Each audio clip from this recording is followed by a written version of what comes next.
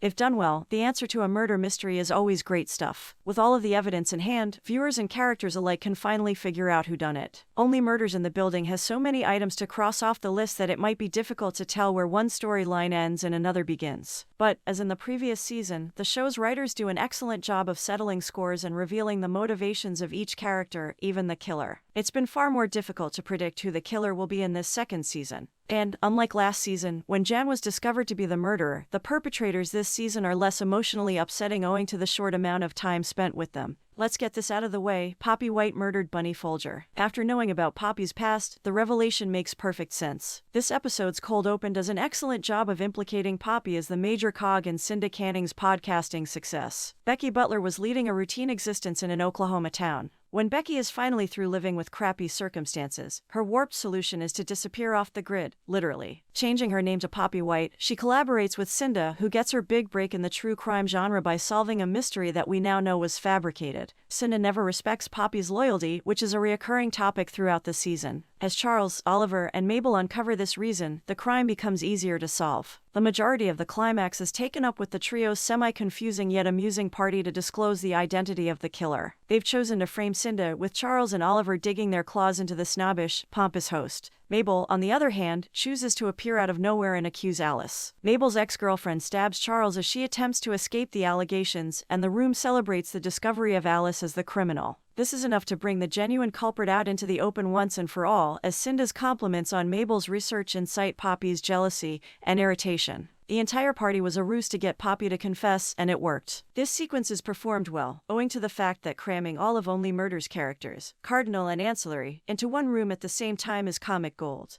Howard's exaggerated responses to the events, Uma's casual observations about the status of the Arconia, and Charles and Oliver's tag-team slow-motion hatred of Cinda all blend together like blood in the river. Poppy's stewing makes perfect sense after learning about her past. She wants to live an interesting, mystery-solving life while also receiving credit for her efforts. Killing Bunny looked like the perfect way to cash in.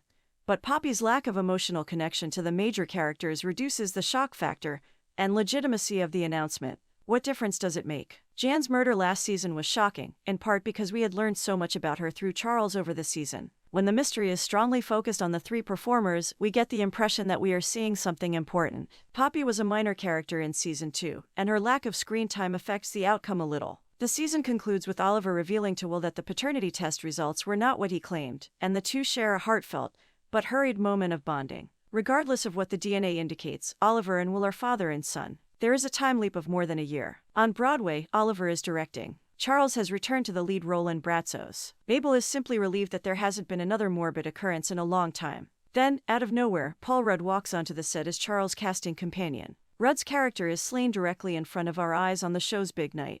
But who did it? Only Murders in the Building has already set up their rumored third season with another gorgeous guest star. But they must figure out how to avoid a new Achilles heel, repetition. I'm sure Steve Martin and company will find new sources of inspiration in their wake, but there should be more emphasis on the murder being completely connected to the lives of the three main cast members. Without that crux, the program will lose steam far faster than we had anticipated. Thank you for watching. Please don't forget to comment, subscribe, and give us a like.